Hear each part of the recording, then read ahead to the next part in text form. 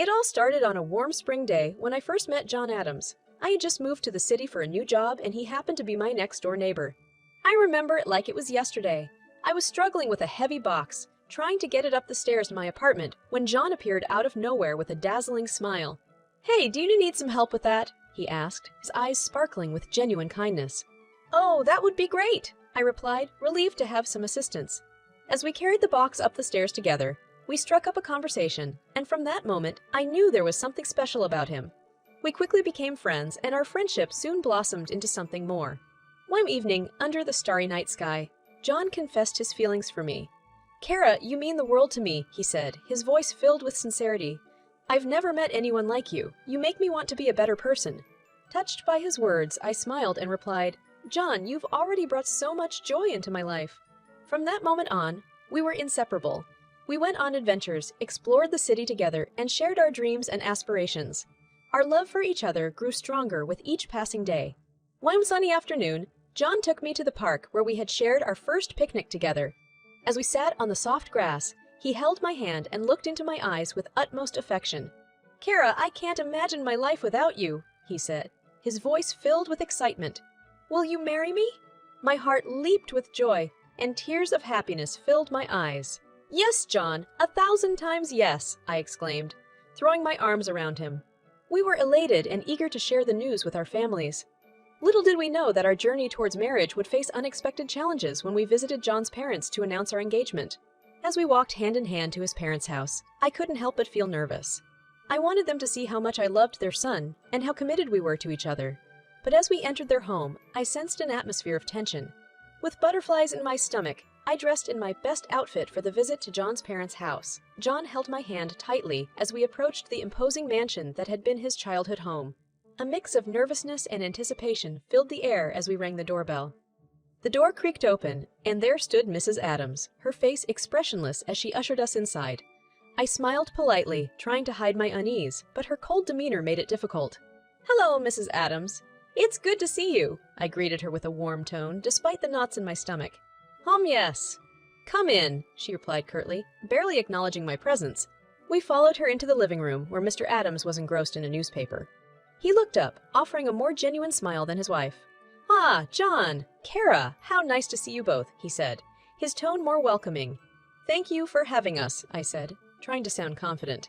Mrs. Adams cleared her throat, casting a critical eye on me. "So, John tells me you two are engaged." "Quite a big step," she remarked, her tone tinged with skepticism. "Yes, it is," John answered firmly, wrapping his arm around my shoulders. "I hope you realize the responsibility that comes with marrying into our family," she continued, her gaze unwavering. "We expect nothing but the best for our son." "I love your son, Mrs. Adams, and I promise to do everything in my power to make him happy," I replied, hoping my sincerity would reach her heart. She arched an eyebrow, not convinced by my words. "Words are easy, actions speak louder. We'll see," she retorted.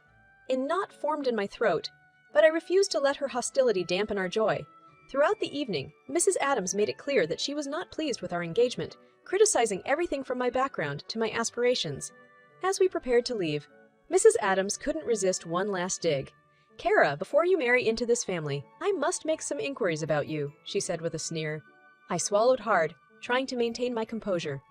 "Of course, Mrs. Adams. I have nothing to hide," I replied, my voice steady. "We'll see about that," she shot back. John, always the peacemaker, tried to intervene. "Mom, please, Kara is an amazing person." "You'll see that soon enough," he said, his voice tinged with frustration. But Mrs. Adams wasn't backing down. "We'll see, John. We'll see." As we walked back to our car, I couldn't help but feel hurt and disappointed. John held my hand tightly, trying to comfort me. "Don't let her get to you, Kara. She'll come around," he reassured me. Deep down, I wanted to believe him, but her words lingered in my mind like a dark cloud. I knew I had to prove my worth to his family, but I also hoped that our love would be enough to conquer all obstacles. Little did we know that our love would soon be put to the ultimate test, leading to a revelation that would change the course of our lives forever. But for now, we held on to each other, knowing that together, we could weather any storm that came our way. As the days passed, John and I tried to focus on the happiness of our engagement, but the memory of our visit to his parents' house and Mrs. Adams' cruel treatment lingered in the back of my mind. Despite John's reassurances, I couldn't shake off the feeling of inadequacy and hurt caused by her scornful remarks. One afternoon, I mustered the courage to visit John's parents' house again, hoping that things might improve. But as soon as I stepped through the front door, I sensed the same tension in the air. Mrs. Adams greeted me with a false smile, her eyes glinting with malice. "Oh, it's you again," she said, feigning surprise. "Yes, Mrs. Adams. I thought it would be nice to visit," I replied, trying to keep my voice steady. "Well, if you insist," she retorted, clearly unimpressed. Throughout the visit, Mrs. Adams' cruel treatment continued. She nitpicked at every aspect of my life, criticizing my job, my family, and even my taste in fashion. Each word felt like a dagger to my heart, but I tried my best to remain composed, not wanting to give her the satisfaction of seeing me break. John, who stood by my side, tried to defuse the tension whenever possible. "Mom, why don't we talk about something else?" "Kara's work at the charity organization has been making a real impact," he said, attempting to shift the conversation. Mrs. Adams rolled her eyes dismissively. "Charity work is all well and good, but what about financial stability?" she countered, her tone condescending. "You need a secure future, John." "I believe in Kara and her abilities, Mom," John replied firmly. "We'll build our future together, and I know she'll succeed in anything she puts her mind to." But Mrs. Adams wasn't ready to back down. "A girl like her will only hold you back," she insisted. "You should be with someone who can match our family stature." I could feel the anger bubbling inside me, but I stayed quiet, not wanting to escalate the situation further. John's love and support were my anchor, and I knew we could overcome any obstacle together.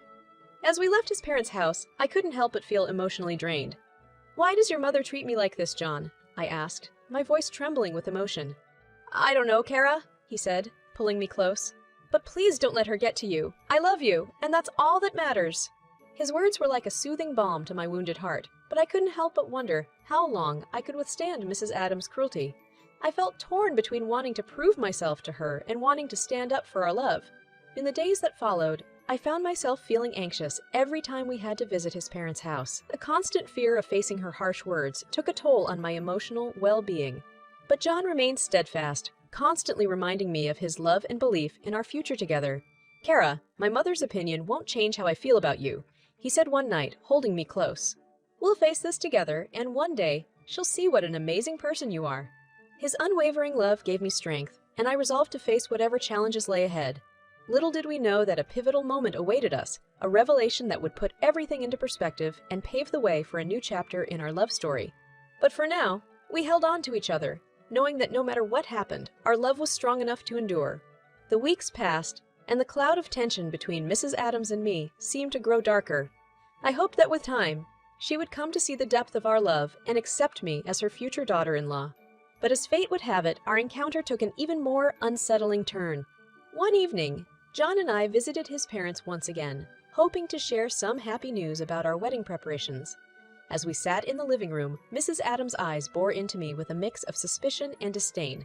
"So, have you finalized any wedding plans?" she asked, her tone cold and distant. "We've started looking at venues and discussing the guest list," I replied, trying to sound enthusiastic despite her chilly reception. "I see," she replied, her lips curling into a sneer. "But let's talk about something else, shall we? I have some concerns I'd like to address." My heart sank, knowing that her concerns would likely be far from pleasant. "Of course, Mrs. Adams. What would you like to discuss?" I asked, my voice steady. "You see, John, I've been making inquiries about Kara," she began, her eyes fixed on me like a hawk. "I wanted to know her true intentions behind this marriage." I glanced at John, hoping he would come to my defense, but he remained composed, waiting for his mother to continue. Mrs. Adams leaned forward, her voice dripping with accusation. "Kara, do you honestly think I believe your love for my son is genuine? You come from a modest background and suddenly you're engaged to a man who will inherit a successful company. It's not hard to see why you'd want to marry him." I felt a lump forming in my throat, hurt and anger welling up inside me. "Mrs. Adams, I love John for who he is, not for his family's wealth," I said firmly. "Money has never been a factor in our relationship. We share a deep connection and mutual respect." She laughed dismissively. "Oh, please! You expect me to believe that," she retorted, her eyes narrowing. "You're just after his father's fortune." John couldn't stay silent any longer. "Mom, that's enough. Kara is an incredible person, and you have no right to accuse her like this," he said, his voice tinged with frustration. Mrs. Adams turned to her son, her face growing red with anger. "John, I'm only looking out for you," she replied. I won't stand by and watch you get deceived by someone who's only after your inheritance." Tears welled up in my eyes, but I refused to let them fall. "I never wanted any of this. All I wanted was to marry the man I love," I said, my voice trembling with emotion. Mrs. Adams seemed unfazed by my distress. "Actions speak louder than words, Kara," she snapped. "Prove to me that you're worthy of my son, and then maybe we can talk about your wedding." I felt a mix of anger and heartache, but I held my head high, determined not to let her break me. "I don't need to prove anything to you, Mrs. Adams," I said. My voice steady. My love for John is real, and that's all that matters." As we left her house that night, I couldn't shake off the pain of her accusations. But John held me close, reassuring me once more that we would face this challenge together. In the days that followed, I struggled with the weight of Mrs. Adams' doubts. But with John's love by my side, I found the strength to stand tall, knowing that our love was genuine and pure.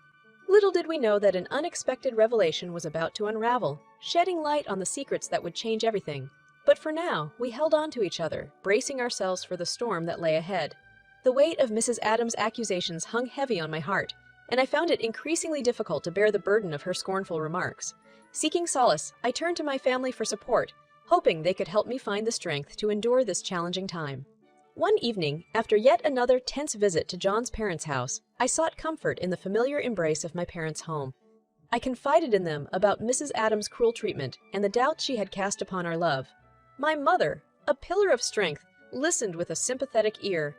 "Kara, my dear, you know your worth. Don't let anyone's words define your love for John," she said, her voice gentle yet firm. My father, a wise and understanding man, chimed in. "It's natural to feel hurt by such accusations, but remember, love isn't determined by wealth or background. It's about the connection you share with each other." I nodded, feeling a sense of reassurance wash over me. "I love John with all my heart, and he loves me too," I said, my voice determined. "I won't let anyone come between us."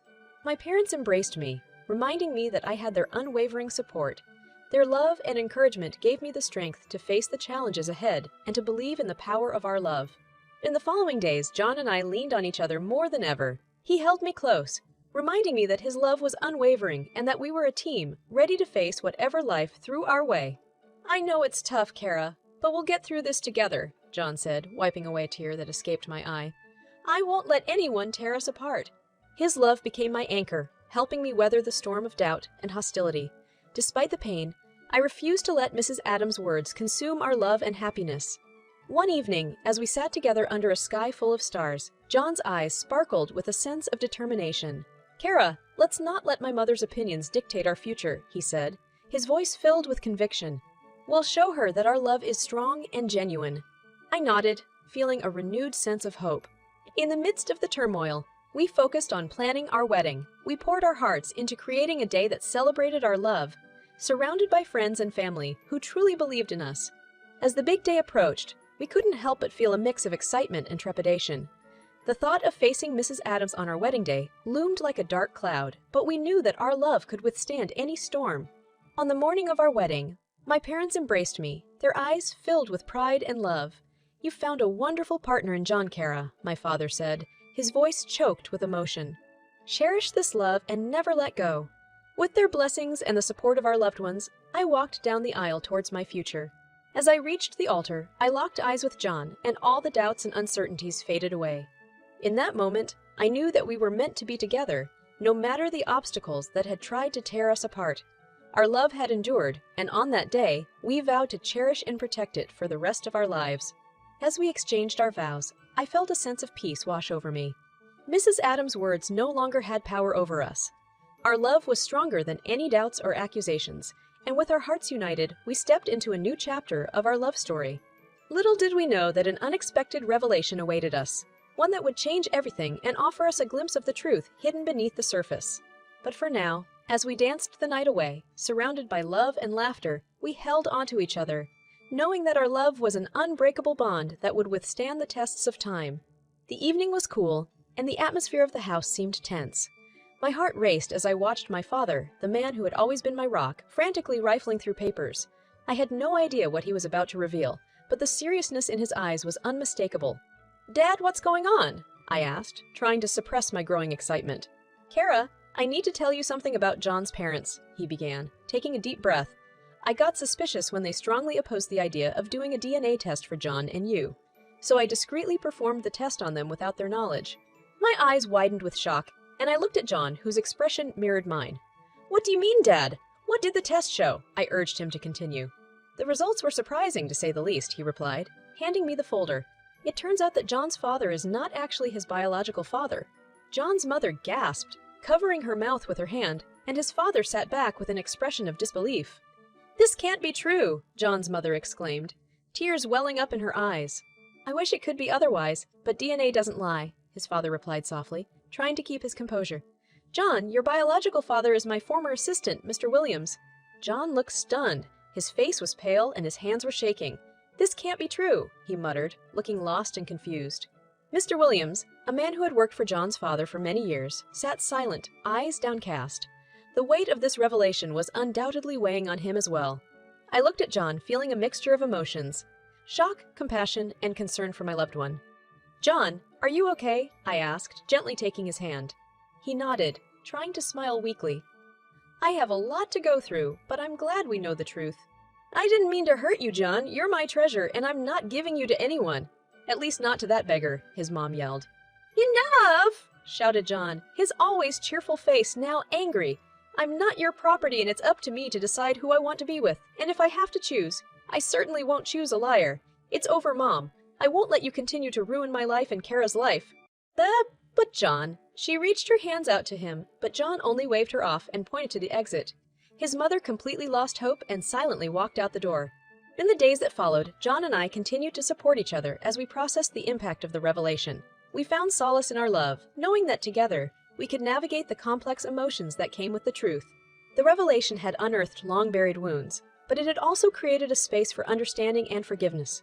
As we faced the past with courage, we were reminded of the unyielding strength of our love. In the midst of the uncertainty, one thing became clear: the power of love to transcend the secrets and hardships of the past. We held on to each other,